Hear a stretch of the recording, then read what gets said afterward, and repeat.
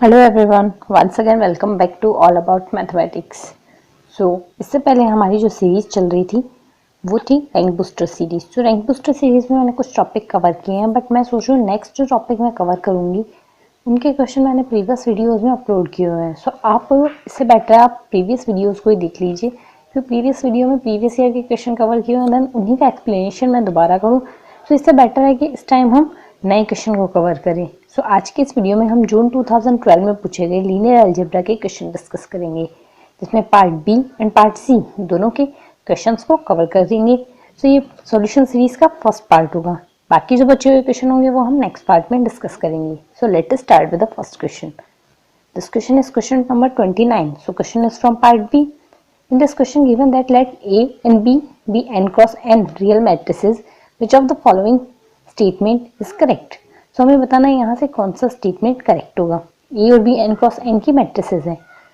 Option A rank of A plus B equals to rank of A plus rank of B कह रहा है। Option B कह रहा है rank of A plus B is less than equals to rank of A plus rank of B। Option C कह रहा है rank of A plus B equals to minimum rank of A or rank B, and then option D कह रहा है rank of A plus B equals to maximum of rank A and rank B। हमें बताना है कौन सा option यहाँ से करेक्ट होगा। पार्ट बी का क्वेश्चन है देन सिंगल करेक्ट होगा। फर्स्ट चॉइस तो ये। हमें वन बाय वन ऑप्शंस को डिस्कार्ड करके देखते हैं। या तो हमें रिजल्ट पता होना चाहिए, इनमें कौन सा ऑप्शन डायरेक्ट रिजल्ट को इम्प्लाई कर रहा है। अगर रिजल्ट ना पता हो देन हमें एग्जाम में अगर बैठे हैं देन रिजल्ट नहीं पता तो हम क्या करेंगे, हम यहाँ से काउंटर एग्जाम्पल सेलेक्ट करेंगे कौन सा ऑप्शन करेक्ट हो सकता है एंड कौन सा डिस्कार्ड होगा। जो डिस्कार्ड हो जाएगा वो तो डेफिनेटली एक ऑप्शन नहीं होगा, वो डिस्कार्ड हो गया। जो ऑप्शन अगर करेक्ट नहीं आ रहा देन डिस्कार्ड हो जाएगा, और जो करेक्ट आ रहा है इसका मतलब ये तो नहीं है कि वो करेक्ट तो होगा, करेक्ट होगा ये हम नहीं कह सकते, बट जो डिस्कार्ड हो जाएगा वो इनकरेक्ट हो जाएगा यहाँ से। अगर ऑप्शन ले, फर्स्ट ऑप्शन के लिए हम लेते हैं यहाँ से। फर्स्ट ऑप्शन कह रहा है rank of A plus B equals to rank of A plus rank of B। First option के लिए हम लेंगे A और B दोनों को हम आइडेंटिटी मैट्रिक्स ले लेते हैं। n क्रॉस n की मैट्रिक्स है, n क्रॉस n की आइडेंटिटी मैट्रिक्स हो जाएगी। यहाँ से आइडेंटिटी मैट्रिक्स होगी, उसकी रैंक क्या होगी अगर n क्रॉस n की ले रहे हैं। Rank of A will be n and rank of B will be n, n plus n की। यहाँ से राइट हैंड साइड में हमारे पास वैल्यू आ जाएगी 2n। बट अगर लेफ्ट हैंड साइड की बात करें लेफ्ट हैंड साइड से हमारे पास जो मैट्रिक्स बनेगी किस टाइप की मैट्रिक्स बनेगी, जिसके सारे डायगोनल के एलिमेंट 2 होंगे एंड नॉन डायगोनल एलिमेंट सारे 0 होंगे यहाँ से। इसकी भी रैंक क्या आएगी, ये जो मैट्रिक्स बनेगी इसकी भी रैंक हमारे पास क्या आएगी n। n equals to n plus n थोड़ी ना होता है, n does not equals to 2n when n is greater than 0। यहाँ से ये ऑप्शन डिस्कार्ड हो जाएगा। हमने एक काउंटर एग्जाम्पल से एक ऑप्शन डिस्कार्ड कर दिया है। और अगर नेक्स्ट ऑप्शन के लिए अगर देखें अगर ऑप्शन सी की बात करें, ऑप्शन सी हमें कह रहा है rank of A plus B equals to minimum rank of A और rank B। Rank of A plus B, let us take A तो हम ले लेते हैं आइडेंटिटी मैट्रिक्स। आइडेंटिटी मैट्रिक्स की रैंक क्या होगी n, और B हम ले लेते हैं जीरो मैट्रिक्स। जीरो मैट्रिक्स की क्या रैंक होगी 0। आइडेंटिटी मैट्रिक्स की rank n and than zero matrix की रैंक 0। इनमें मिनिमम क्या आएगा when n is greater then 1 लिया हुआ है, ग्रेटर देन इक्वल्स टू 1 लिया हुआ हमने, n तो ग्रेटर देन 0 ही लिया हुआ है। इनमें मिनिमम क्या आएगा, ऑब्वियसली 0 ही आएगा इनमें मिनिमम। इसका मिनिमम आएगा हमारे पास 0। बट आइडेंटिटी मैट्रिक्स और जीरो मैट्रिक्स का सम जो बनेगा वो हमारे पास यहाँ से आइडेंटिटी मैट्रिक्स बनेगी, फिर से आइडेंटिटी मैट्रिक्स की रैंक n। यहाँ से हमारे पास राइट हैंड साइड में आई थी हमारे पास वैल्यू 0 और लेफ्ट हैंड साइड से हमारे पास वैल्यू आई है n। n does not equals to 0 है हमारे पास। यहाँ से ऑप्शन सी डिस्कार्ड हो गया एक काउंटर एग्जाम्पल से, और हमने ऑप्शन सी डिस्कार्ड करे।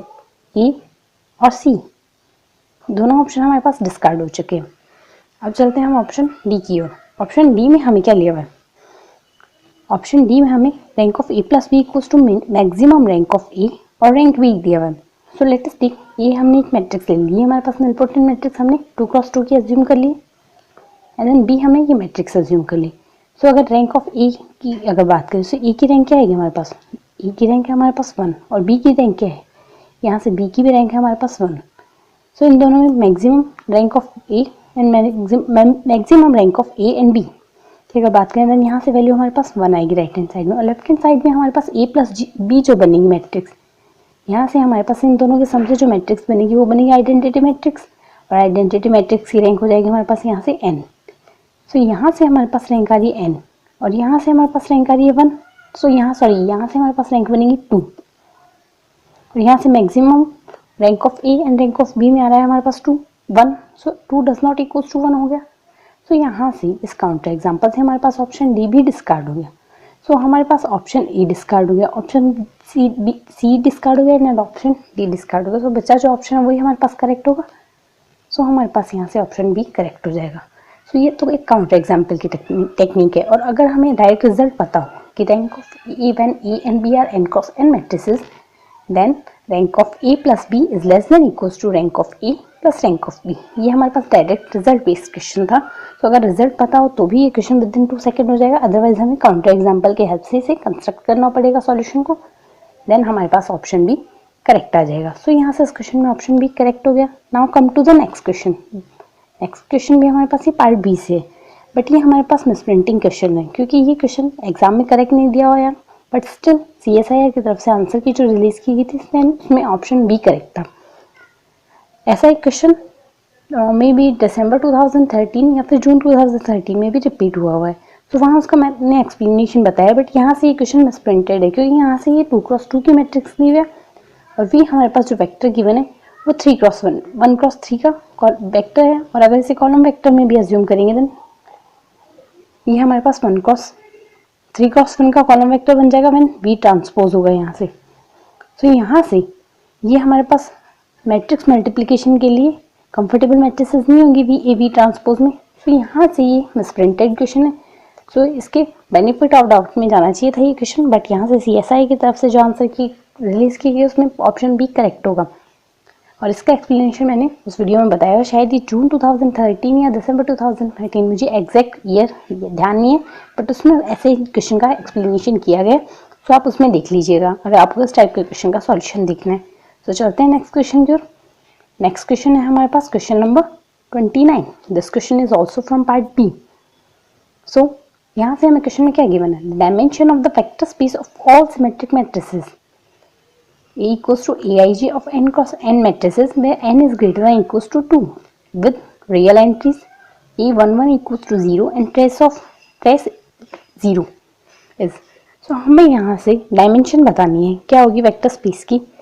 जो मैट्रिसेस के लिए हमें वेक्टर स्पेस गिवन है जिसमें सारी मैट्रिसेस सिमेट्रिक मैट्रिसेस हैं, साथ ही उसकी सारी एंट्रीज रियल एंट्रीज हैं और साथ में A11 equals to 0 गिवन है एंड ट्रेस हमारे पास 0 गिवन है। सो ये सारी कंडीशन लगा के हमारे पास जो मैट्रिक्स बनेगी या उसकी डायमेंशन हमें निकालनी है। तो इसके लिए डायरेक्ट फार्मूलाज भी है। सो अगर आप फार्मूला देखेंगे ना, या तो फार्मूला ध्यान रख लीजिए कि कौन सा ऑप्शन यहाँ से करेक्ट फिट होगा।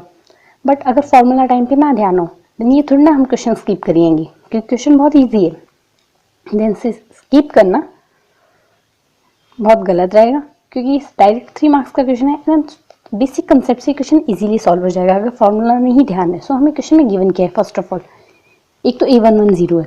सो हम बेसिक्स n इक्वल्स टू 1 की मैट्रिक्स से स्टार्ट करेंगे, देन कौन से ऑप्शंस करेक्ट होंगे। सो अगर n इक्वल्स टू 1 रखेंगे देन हमारे पास A11 इक्वल्स टू 0 गिवन है। सो अगर 1 क्रॉस 1 की मैट्रिक्स की बात करें देन जिसमें A11 0 हो देन ये हमारे पास 0 मैट्रिक्स ही होगी जिसकी डायमेंशन क्या होगी, इसकी डायमेंशन होगी हमारे पास 0। So when n equals to 1 put करेंगे देन हमारे पास चारों ऑप्शन से 0 ही आएगा। सो यहाँ से n इक्वल्स टू 1 से हमें कोई कंक्लूजन नहीं निकला। बट अब अगर हम n इक्वल्स टू 2 पुट करते हैं तो हमारे पास 2 क्रॉस 2 की एक मैट्रिक्स बनेगी जिसमें हमें प्रॉपर्टी क्या लगानी है, एक तो A11 इक्वल्स टू 0 होना चाहिए, साथ ही उस मैट्रिक्स का ट्रेस हमारे पास 0 होना चाहिए। सो 2 क्रॉस 2 की अगर मैट्रिक्स की बात करें देन मैट्रिक्स कैसी बनेगी, उसमें first entry A11, second entry A12, third entry A21 and then last entry A22। इस टाइप की एक मैट्रिक्स बनेगी जिसमें हमें क्वेश्चन में गिवन है A11 तो हमें लेना है 0। मैट्रिक्स होनी चाहिए सिमेट्रिक, अगर सिमेट्रिक मैट्रिक्स है then this entry will be equals to this entry, यहाँ से ये दोनों एंट्री हमारे पास इक्वल आएगी एंड ट्रेस 0 आएगा। ट्रेस 0 आएगा then A11 plus A22 equals to 0 आएगा यहाँ से। सो A11 तो हमें पहले से 0 गिवन है, देन ये क्या इम्प्लाई करता है A22 भी हमारे पास 0 आ जाएगा। सो अगर मैट्रिक्स की बात करें हमारे पास कुछ इस टाइप की मैट्रिक्स बनेगी। सो इस टाइप की अगर मैट्रिक्स बन रही है देन इसकी डायमेंशन क्या होगी, यहाँ से हमारे पास एक ही इंडिपेंडेंट एंट्री है ये A12। सो एक ही इंडिपेंडेंट एंट्री मिलने से हमारे पास 2 क्रॉस 2 की मैट्रिक्स बन जाएगी। सो यहाँ से डायमेंशन क्या हो जाएगी, हमारे पास डायमेंशन हो जाएगी 1। सो अगर डायमेंशन 1 है देन अगर ऑप्शंस की बात करें देन यहाँ से कौन सा ऑप्शन करेक्ट होगा, अगर n इक्वल्स टू 1 पुट कर n इक्वल्स टू 2 पुट करेंगे देन डायमेंशन क्या आएगी हमारे पास, डायमेंशन आ रही 1। तो यहाँ से कौन सा ऑप्शन करेक्ट हो रहा है? अगर ऑप्शन ई की बात करें, ऑप्शन ई में अगर n इक्वल्स टू 2 पुट करते हैं, देन यहाँ से वैल्यू आएगी 2 square equals to 4 plus 2 minus 4 by 2, 4 to 4 cancel out, 2 by 2, यहाँ से रिजल्ट 1 आ रहा है। सो ये ऑप्शन हमारे पास करेक्ट हो सकता है, यहाँ से ऑप्शन डिस्कार्ड नहीं हुआ है, क्योंकि अगर कोई भी ऑप्शन करेक्ट हो रहा है देन हम ये नहीं कह सकते काउंटर एग्जांपल से कि वो ऑप्शन करेक्ट ही होगा, बट जो ऑप्शन इनकरेक्ट डिस्कार्ड हो जाएगा वो तो इनकरेक्ट ही होगा। सो अब ऑप्शन बी की बात करते हैं। ऑप्शन ए तो इनकरेक्ट नहीं हुआ, बट ऑप्शन बी देखते हैं। n इक्वल्स टू 2 पुट करेंगे, देन यहाँ से आएगी value 4 minus 2 plus 4 by 2, then यहाँ से रिजल्ट क्या आएगा 8 minus 2 which is equals to 6 by 2 which is equals to 3। So result हमारे पास 1 नहीं आया, क्योंकि हमारे पास 2 क्रॉस 2 के लिए रिजल्ट 1 आना चाहिए था। सो ऑप्शन बी यहाँ से डिस्कार्ड हो गया। सिमिलरली ऑप्शन सी की अगर बात करेंगे, देन यहाँ से वैल्यू आएगी 4 plus 2 equals to 6, 6 minus 3 by 2, 3 by 2। So 3 by 2 does not equals to 1। So यहाँ से ऑप्शन भी डिस्कार्ड हो जाएगा, और इसी तरीके से हम ऑप्शन डी भी डिस्कार्ड कर देंगे, जो होगा 4 minus 2 which is equals to 2, 2 plus 3 equals to 5 by 2। Then यहाँ से ऑप्शन डी भी डिस्कार्ड हो गया। So option B C D n equals to 2 के लिए डिस्कार्ड हो गए। सो जो ऑप्शन बचा है वही हमारे पास करेक्ट होगा, देन यहाँ से हमारे पास ऑप्शन ही करेक्ट हो जाएगा। सो इस तरीके से हम इस टाइप के क्वेश्चन को हैंडल करेंगे। सो ऑप्शन यहाँ से करेक्ट हो गया। Now come to the next question. So next question is also from part B. So इस क्वेश्चन में अगर देखिए, देन हमें गिवन है question number 35, let n be the vector space of all real polynomial of degree at most 3। So n हमें vector space given है जो सारी पॉलिनोमियल है जिसमें एटमोस्ट 3 डिग्री की पॉलिनोमियल से सारी डिफाइन की गई है। Mapping s is from n to n by S P X equals to P X plus 1 where p belongs to n। p n से बिलोंग कर रहा है, सो पॉलिनोमियल का सेट जो n से बिलोंग कर रहा है किस टाइप का है? रियल पॉलिनोमियल है जिसकी डिग्री एटमोस्ट 3 है। Then the matrix of s in the basis, basis हमें गिवन है, आइडियल बेसिस है 1x x square and x cube, consider as a column vector is given by. So हमें यहाँ से matrix transformation निकालना है, कौन सा होगा? सो अगर लीनियर अलजेब्रा की बात करें, मैट्रिक्स ट्रांसफॉर्मेशन से लीनियर ट्रांसफॉर्मेशन से मैट्रिक्स में ट्रांसफॉर्म करने का एक क्वेश्चन डेफिनेटली CSIR नेट में पूछा जाता है। तो ये क्वेश्चन भी हमारे पास, इस टाइप के क्वेश्चन भी हमारे पास रैंक बूस्टर्स क्वेश्चन में होंगे। तो इस टाइप के टॉपिक को भी आपको बिल्कुल लेट गो नहीं करना है। ये क्वेश्चन CSIR नेट में डेफिनेटली पूछा जाएगा, या तो पार्ट बी से देख लीजिए या फिर पार्ट सी से देख लीजिए। इस क्वेश्चन टॉपिक से क्वेश्चन डेफिनेटली आएगा और इस बार भी आना है इससे। सो हमें यहाँ से ट्रांसफॉर्मेशन गिवन है s from n to n S P X equals to P X plus 1। So यहाँ से एटमोस्ट 3 डिग्री के पॉलिनोमियल लिया। तो एटमोस्ट 3 डिग्री के पॉलिनोमियल की अगर बात करें तो किस टाइप का पॉलिनोमियल होगा? हमारे पास होगा a0 plus a1x plus a2x square plus a3x cube. तो इस टाइप के पॉलिनोमियल बनेंगे। सो यहाँ से S P X equals to P X plus 1 given है। सो अगर ट्रांसफॉर्मेशन निकालें देन हमारे पास ट्रांसफॉर्मेशन कुछ इस टाइप का बनेगा, जहाँ से एस पी एक्स को हमने पी एक्स प्लस 1 में रिप्लेस कर दिया है, देन ट्रांसफॉर्मेशन हो जाएगा हमारे पास। अगर ट्रांसफॉर्मेशन देखें then S of a0 plus a1x plus a2x square plus a3x cube equals to transform हो जाएगा हमारे पास a0 plus a1 into X plus 1 plus a2 into X plus 1 square plus a3 into X plus 1 cube में। So अगर transformation हमें ideal basis दिया हुआ है 1x x square and x cube, तो यहाँ से इसके रेस्पेक्ट में अगर बेसिस निकालेंगे देन हमारे पास सिंप्लीफाई क्या होगा रिजल्ट। देन यहाँ से अगर हम देखते हैं देन हमें रिजल्ट गिवन है, अगर ट्रांसफॉर्मेशन देखें देन 1 के रेस्पेक्ट में अगर ट्रांसफॉर्मेशन देखेंगे देन एस ट्रांसफॉर्मेशन ऑफ 1 के लिए ट्रांसफॉर्मेशन क्या आएगा? अगर 1 के लिए देखेंगे देन इस केस में a0 तो हमारे पास 1 आ जाएगा और बाकी एंट्रीज जो आएगी वो आएगी हमारे पास 0। सो a2 a3 and a1 equals to 0। So a0 equals to 1 आया, देन राइट हैंड साइड में ट्रांसफॉर्मेशन में हम a1 a2 एंड a3 सारे 0 ले लेंगे।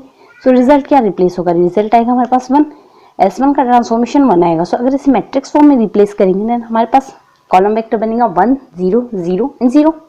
सिमिलरली अगर x के लिए बात करें, x अगर लेंगे देन x में हमारे पास इस केस में a1 इक्वल्स टू 1 आएगा, बाकी a0 a2 एंड a3 सारे 0 आएंगे। सो इसका ट्रांसफॉर्मेशन हमारे पास a1 इक्वल्स टू 1 अगर ले लें, बाकी एंट्रीज 0 ले लें, तो ट्रांसफॉर्मेशन बनेगा हमारे पास x प्लस 1। x प्लस 1 के लिए हमारे पास कॉन्स्टेंट की वैल्यू 1 आ रही है एंड देन वेरिएबल में x की कोफिशिएंट आ रहा है 1, सो ट्रांसफॉर्मेशन बनेगा हमारे पास 1 1 0 0। सिमिलरली एक्स स्क्वायर के लिए लेंगे, एक्स स्क्वायर के लिए लेंगे देन a2 इक्वल्स टू 1 आ जाएगा, बाकी a0 a1 और a3 0 आएंगे। So x square a2 equals to 1 है, ट्रांसफॉर्मेशन आएगा x प्लस 1 का होल स्क्वायर, x प्लस 1 का होल स्क्वायर में आएगा x square plus 2x plus 1 आएगा। So x square plus 2x plus 1, so constant value 1, x का coefficient 2, x square का coefficient 1, so transformation बना 1 2 1 एंड 0। सो अगर ट्रांसफॉर्मेशन की बात करें ऑप्शन हमारे पास अगर देखें देन फर्स्ट ऑप्शन हमें कह रहे हैं 1 2 3 4 के लिए हमारे पास डायगोनल मैट्रिक्स गिवन है। सो हमारे पास पहला जो ट्रांसफॉर्मेशन आया वो है 1 0 0। सो इस केस में अगर देखें then first option D discard हो गया और ऑप्शन सी तो पहले ट्रांसफॉर्मेशन S1 में ही डिस्कार्ड हो गई। S1 का ट्रांसफॉर्मेशन हमारे पास आ रहा है 1, सो ऑप्शन सी डी तो यही डिस्कार्ड हो गई। नेक्स्ट एस ऑफ एक्स का ट्रांसफॉर्मेशन हमारे पास क्या रहा है, एस ऑफ एक्स का हमारे पास यहाँ से ट्रांसफॉर्मेशन आ रहा है x प्लस 1, देन यहाँ से 1 1 0 0 वेक्टर कॉलम बना है, सो 1 1 0 0।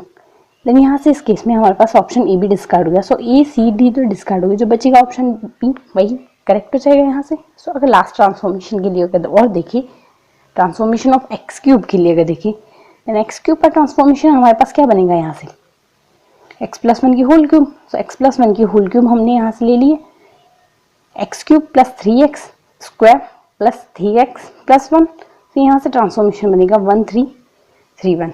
सो यहाँ से हमारे पास ये मैट्रिक्स बनी है, तो ये कौन से ऑप्शन के सिमिलर है, सो हमारे पास यहाँ से ऑप्शन बी करेक्ट हो जाएगा। तो सिंपली हमने यहाँ से ऑप्शन बी भी करेक्ट कर लिया।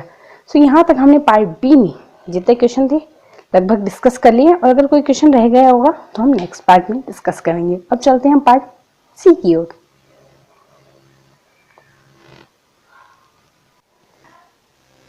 So the next question is from part C, question number 73. In this question given that which of the following matrices are positive definite? So option E, B, C, D चारों हमें 2 cross 2 की matrices दी हुए and साथ ही हमें जो चारों option given है ये हमारे पास चारों ही सिमेट्रिक मैट्रिसेस है। सो सिमेट्रिक मैट्रिसेस है, कोई भी सिमेट्रिक मैट्रिक्स पॉजिटिव डेफिनेट होती है, देन ये अगर कोई भी सिमेट्रिक मैट्रिक्स अगर पॉजिटिव डेफिनेट होगी देन उस केस में उसका डिटरमिनेंट ग्रेटर देन 0 होगा। फर्स्ट कंडीशन तो हमें ये हमेशा ध्यान रखनी है।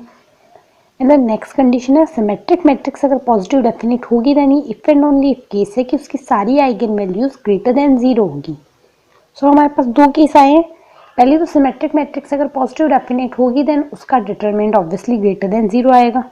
And then second case is अगर सिमेट्रिक मैट्रिक्स पॉजिटिव डेफिनेट है इफ एंड ओनली इफ उसकी सारी आइगन वैल्यूज ग्रेटर देन 0 है। सो फर्स्ट केस अगर हम देखें देन हमें यहाँ से 2 क्रॉस 2 की मैट्रिक्स दी हुई है, ये सिमेट्रिक मैट्रिक्स है। सो इसके लिए फर्स्ट अगर इसका डिटरमिनेंट देखें डिटरमिनेंट आएगा इसका पॉजिटिव, और अगर इसके लिए आइगन वैल्यूज देखिए देन 2 क्रॉस 2 की मैट्रिक्स के लिए अगर आइगन वैल्यूज निकालनी हो देन उसके लिए कैरेक्टरिस्टिक पॉलिनोमियल हम लिखते हैं lambda square minus trace of A into lambda plus determinant of A equals to 0। So यहाँ से ट्रेस है sum of diagonal elements which is equals to 2 plus 2 equals to 4, determinant है 4 minus 1 equals to 3। सो यहाँ से इसके लिए characteristic polynomial होगा lambda square minus 4 lambda plus 3 equals to 0। Simplify करेंगे फैक्टराइज करेंगे तो फैक्टराइज करने पर वैल्यू आएगी lambda minus 3 into lambda minus 1, eigen values आएंगी प्लस 3 एंड प्लस 1, दोनों आइगन वैल्यूज पॉजिटिव है। सो ये मैट्रिक्स सिमेट्रिक है, आइगन वैल्यूज पॉजिटिव है, सो मैट्रिक्स पॉजिटिव डेफिनेट होगी। सो ऑप्शन ए यहाँ से करेक्ट हो जाएगा। पार्ट सी का क्वेश्चन है देन मल्टीपल करेक्ट ऑप्शन यहाँ होंगे। सो अगर पार्ट ऑप्शन बी के लिए देखें इसका डिटरमिनेंट क्या आएगा 1 minus 4 which is equal to minus 3 less than 0 आया, डिटरमिनेंट पॉजिटिव नहीं आया, सो मैट्रिक पॉजिटिव डेफिनेट नहीं होगी। सो ऑप्शन बी डिस्कार्ड हो गया। नेक्स्ट अगर ऑप्शन डी के लिए देखें देन यहाँ से डिटरमिनेंट क्या आएगा माइनस 16, सो ऑप्शन डिस्कार्ड हो गया। डिटरमिनेंट लेस देन 0 पॉजिटिव नहीं है, सो पॉजिटिव डेफिनेट नहीं होगी। Symmetric matrix with determinant negative, so non positive definite matrix होगी। Then last option option C की अगर बात करें इसके लिए डिटरमिनेंट पॉजिटिव आएगा, इसके लिए हमारे पास डिटरमिनेंट बन रहा है 16 माइनस 1 इक्वल्स टू 15 पॉजिटिव है। सो अगर आइगन वैल्यूज इसकी चेक करेंगे देन आइगन वैल्यूज आएगी लैम्डा, पहले कैरेक्टरिस्टिक पॉलिनोमियल लिखेंगे lambda square minus trace of A which is equals to 8, lambda square minus 8 lambda plus 15 equals to 0। Factorise करेंगे polynomial को, factorise करेंगे देन वैल्यू आएगी lambda minus 5 lambda minus 3, eigen values बनेगी 5 and 3, roots of characteristic polynomial.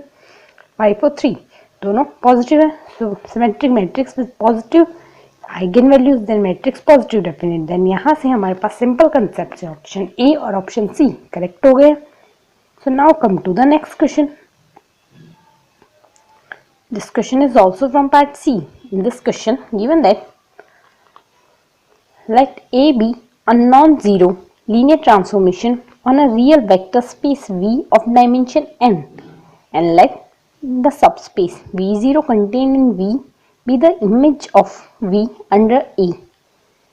Let K equals to dimension of V0 less than n, and suppose that for some lambda belongs to R, A square equals to lambda A.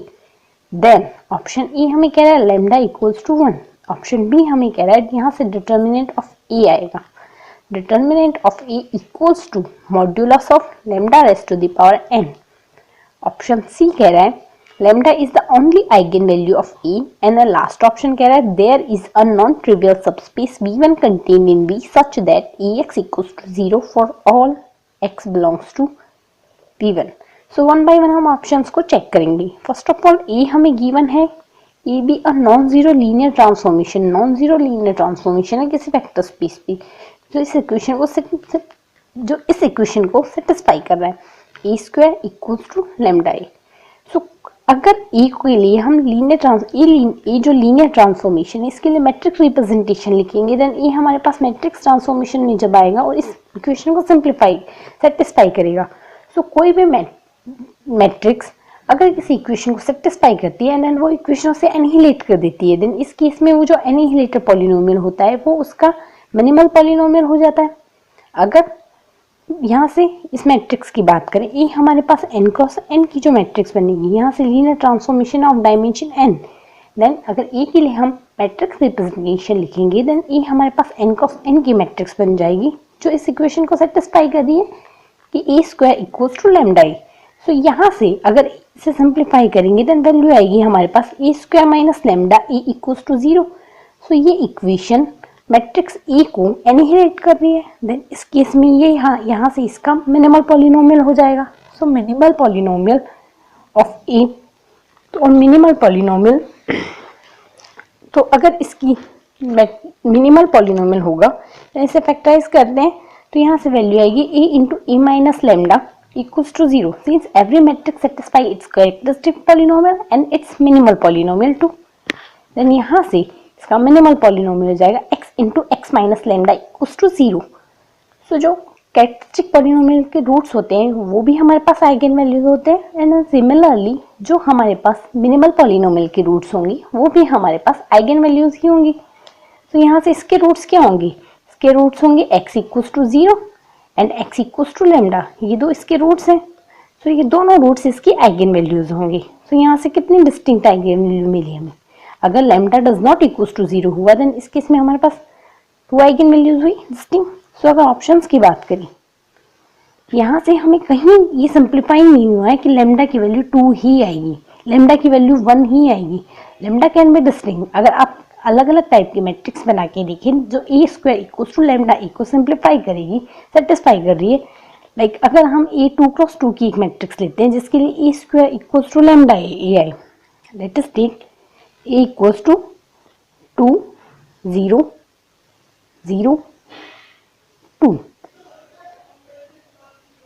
Then यहाँ से इसके लिए A square बनेगा हमारे पास 4 0, यहाँ से ये diagonal matrix ले लिए देन इसके लिए ए स्क्वायर की वैल्यू हमारे पास क्या आएगी 4 0 0 4।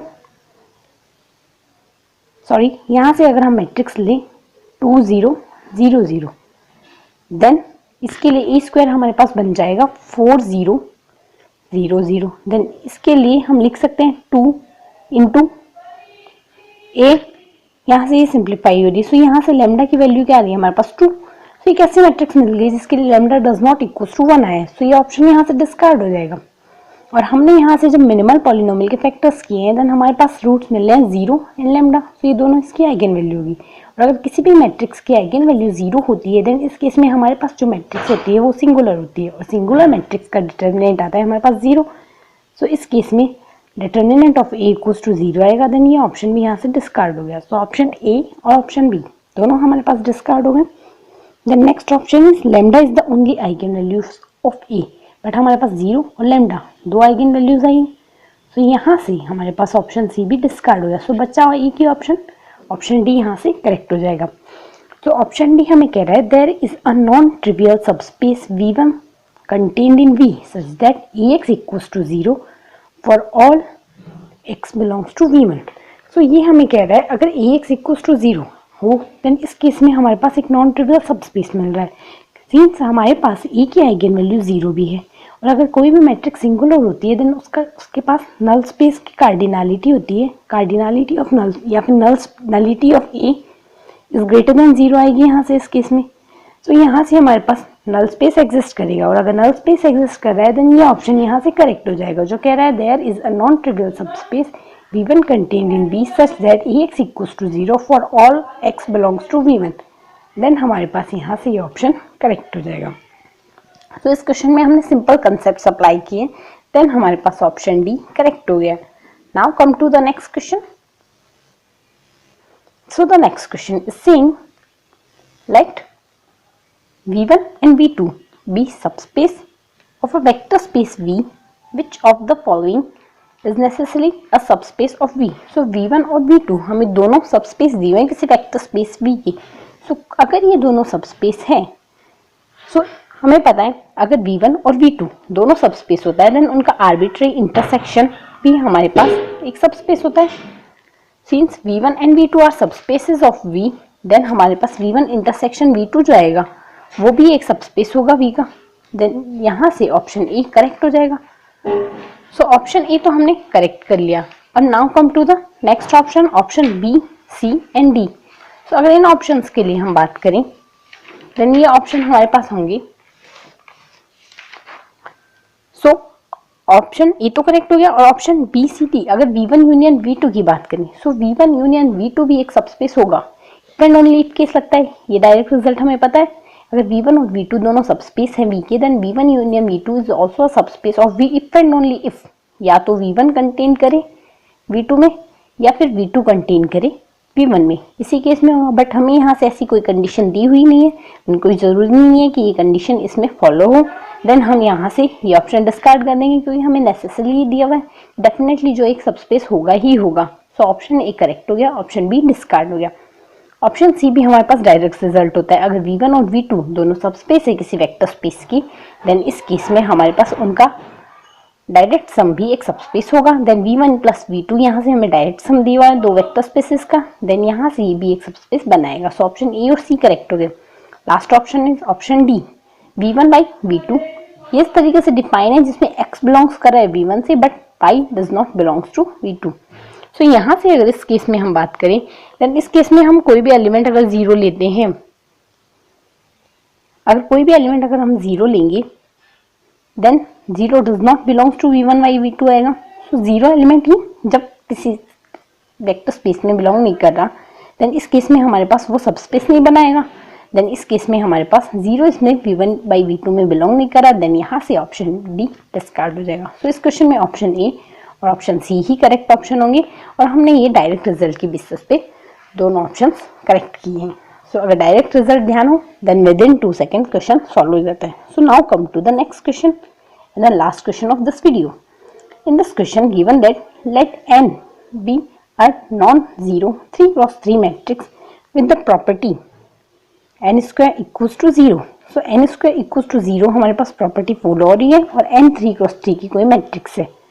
सो अगर n 3x3 की कोई मैट्रिक्स है जो इस प्रॉपर्टी को फॉलो कर रही है, देन ये हम पता है इस केस में हमारे पास n क्या होगी, इस केस में हमारे पास n होगी एक जीरो मैट्रिक्स, सॉरी इस केस में हमारे पास n होगी एक निलपोटेंट मैट्रिक्स, क्योंकि n हमें नॉन जीरो मैट्रिक्स दिए।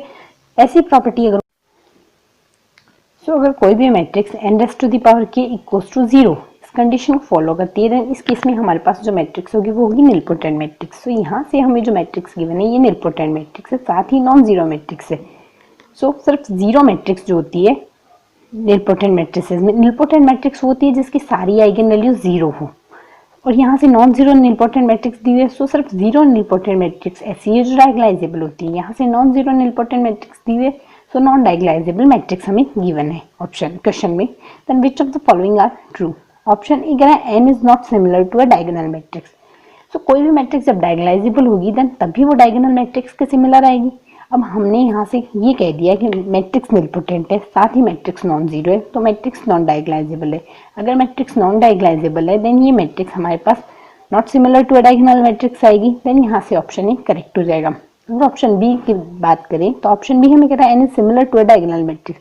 सो हमने कह दिया N is not similar to a diagonal matrix, तो ऑप्शन बी डायरेक्टली इनकरेक्ट हो गया। सो ऑप्शन ए करेक्ट हो गया, ऑप्शन बी इनकरेक्ट हो गया।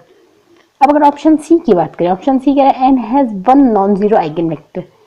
N has one non zero eigen vector की अगर बात करें देन अगर इसके आइगन वेक्टर निकालें तो let us take a matrix N. हम एक मैट्रिक्स लेते हैं जो 3x3 की, वो नॉन जीरो हो, साथ ही N square equal to zero property को फॉलो करे।